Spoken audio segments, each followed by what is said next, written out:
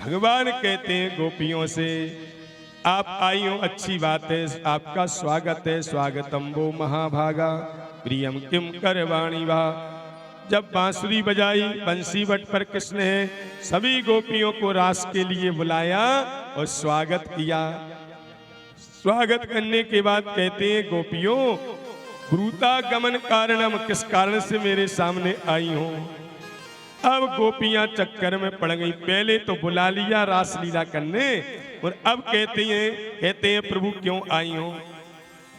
अरे भगवान कहते हैं कोई बात नहीं, आपको चांदनी की उजेली रात देखना हो तो वो रहा चंद्रमा, ए रही यमुना, ए रही चांदनी रात। देखो कितनी सुंदर चांदनी रात में यमुना जी हैं, फूल खिले हैं। ये सब बातें की भगवान ने और कहने लगे अब एक काम करो, जल्दी से जल्दी अपने परिवार में लौट जाओ। मातरा पितरा पुत्रा भ्रातरा पतयश्च वः, आपके पति देव, पिताजी, माताजी, पुत्र, भाई बंधु इंतजार में होंगे, क्योंकि माताओं को रात्रि में अकेले घर से नहीं जाना चाहिए। या तो पिता साथ में हो, या भाई साथ में हो, या पति साथ में हो, या पुत्र साथ में हो, इनमें से कोई एक को संग ले।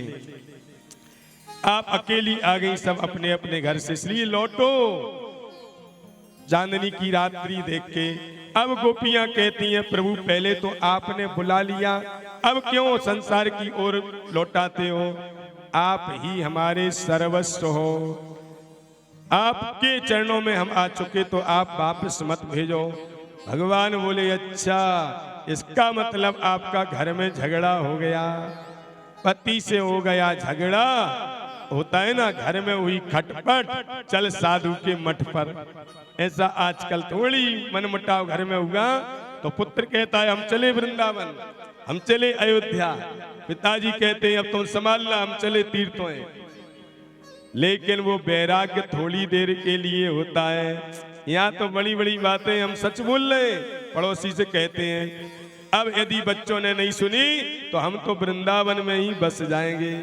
और जैसे ही वृंदावन पहुंचते हैं तो एक ही रात में जोश ठंडा पड़ जाता है भक्ति का। याद आती है गुरुजी बहुत देर हो गई, 7 दिन कथा में कैसे रुकेंगे। बच्चों की याद आ रही, बेटा अकेला है, बहू भी घर में अकेली, हम दोनों ही आ गए पति पत्नी।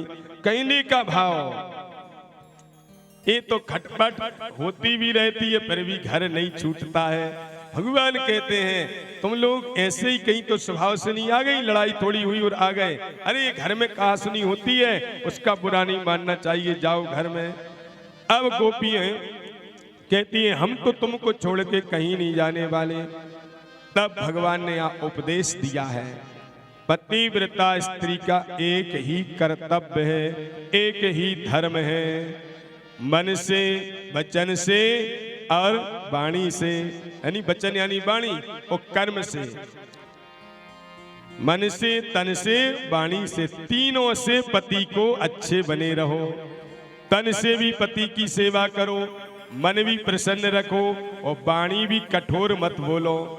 बहुत सी सेवाएं तो करती हैं परंतु ऐसा बोलती हैं कि पता ही नहीं चलता है कि सेठानी नौकर को डांट रही है, पत्नी पति को बोल रही। ऐसा भी संसार में देखा गया है। इसलिए ऊंची आवाज में पति से कभी नहीं बोलना चाहिए, प्रेम से व्यवहार रखना चाहिए। बहुत सुंदर गोस्वामी जी ने रामायण में लिखा है, ये चौपाई का भाव है, पतिव्रता स्त्री का धर्म होना चाहिए।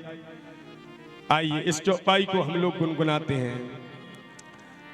एक ही धर्म एक व्रत नेमा, एक ही धर्म एक व्रत नेमा, कौन कृम बचन पति पद प्रेमा, मन कर्म वचन पति पद प्रेमा, एक ही धर्म एक व्रत नेमा, एक ही धर्म